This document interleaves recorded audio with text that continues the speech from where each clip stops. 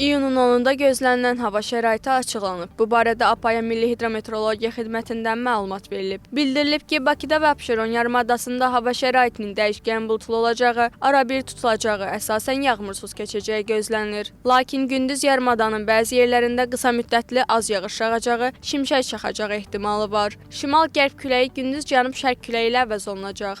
Havanın temperaturu gecə 20-22 dərəcə isti, gündüz 27-32 dərəcə isti olacaq. Atmosfer təzyiqi 760 mm civə sütunu olacaq. Nisbi rütubət gecə 60-65%, gündüz 45-50% olacaq. Azərbaycanın əksər rayonlarında hava şəraiti əsasən yağmursuz olacaq. Lakin dağlıq və dağətəyi rayonlarda arabir yağış yağacağı, şimşək çaxacağı gözlənilir. Ayrı-ayrı yerlərdə qısa müddətli leysan xarakterli olacağı, dolu düşəcəyi ehtimalı var. Gecə və səhər bəzi dağlıq ərazilərdə zəif duman, şək küləyi əsəcək.